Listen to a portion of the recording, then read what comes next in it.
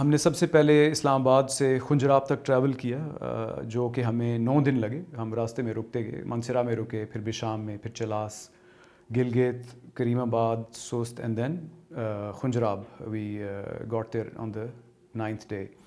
اس کے بعد ہم ہنزا سے رکشہ لے کے نکلے چلاس کے راستے، بابو سر پاس کراس کر کے انٹو کاغان ویلی ناران گئے.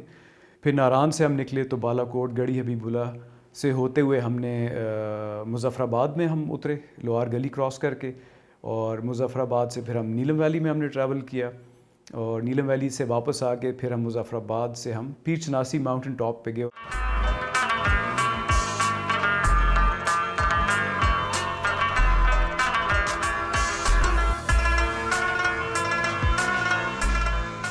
میں مشکل جگہوں سے رکشہ گزارتا تھا تو لوگ بجائے ہیلپ کرنے کے تماشا دیکھنا شروع کر دیتے تھے. اور یہ نہیں کہ سب لوگ، کچھ لوگ ہیلپ بھی کرتے تھے، بٹ زیادہ تر میں نے دیکھا ہے کہ لوگوں کو مزہ آتا تھا کہ دیکھتے ہیں یار یہ رکشہ اس جو ہے نالے میں سے گزر سکتا ہے یا نہیں. تو اس رکشہ رائڈ کا بیسک مقصد یہی تھا کہ رسپانسبل ٹورزم کے بارے میں اویئرنیس کریٹ کی جائے، لوگوں کو تعلیم دی جائے اور لوگوں کو اویئر کیا جائے کہ اپنے ملک کو، اپنی وادیوں کو، پہاڑوں کو، دریاؤں کو، گلیشیئرز کو صاف رکھیں.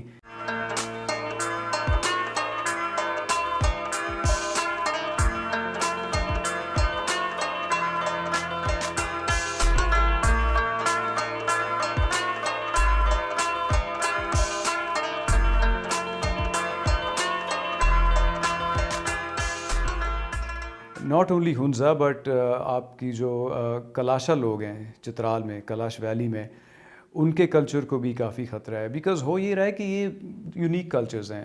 آپ جاتے ہیں جو پاکستان سے باقی ملک سے لوگ جاتے ہیں، ان کے لیے سڈنلی ایک نئی چیز اور ایک نیا کلچر ان کو نظر آتا ہے، تو وہ اس کے ساتھ ان کا جو ریئیکشن ہے یا ان کی جو ان سے انٹرفیس ہوتا ہے وہ بہت کئی دفعہ نیگیٹو ہو جاتا ہے.